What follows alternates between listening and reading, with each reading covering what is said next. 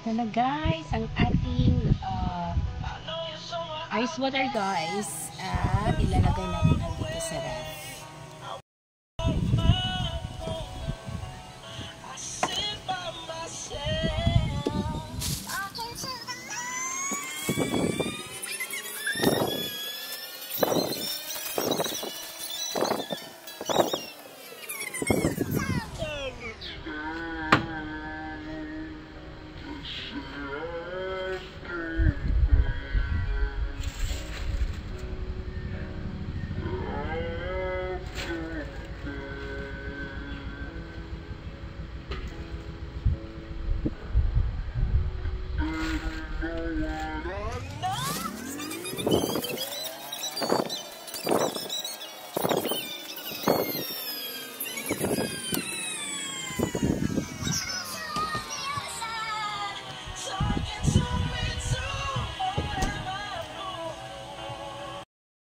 Hi guys, ito na guys for a whole month na paggawa natin ng ating ice at bibilangin natin kung magkano yung laman ng ating lalagyan ng pera ng ating ice or yes, ice water.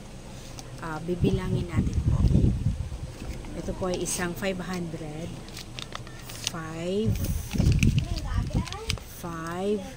6 7, 8, 9, 10, 11, 12,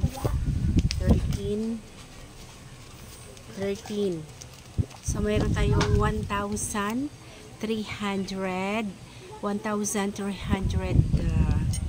ewan ko kung magkano to, 360, 70,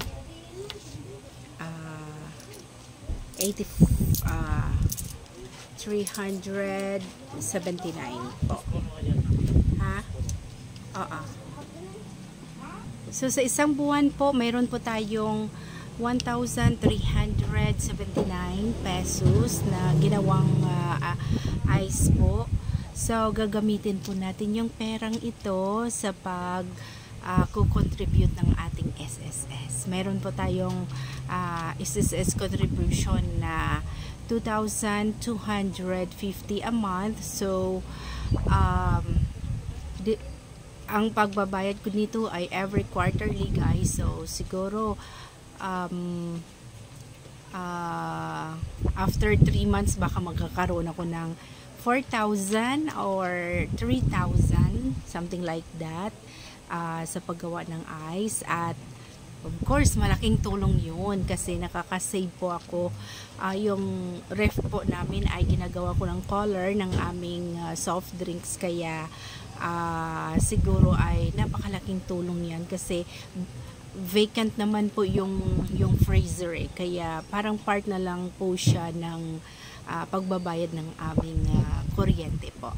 So sa ngayon, mayroon pa akong na-save na 1,379 po. Salamat sa pag-watch. Thank you.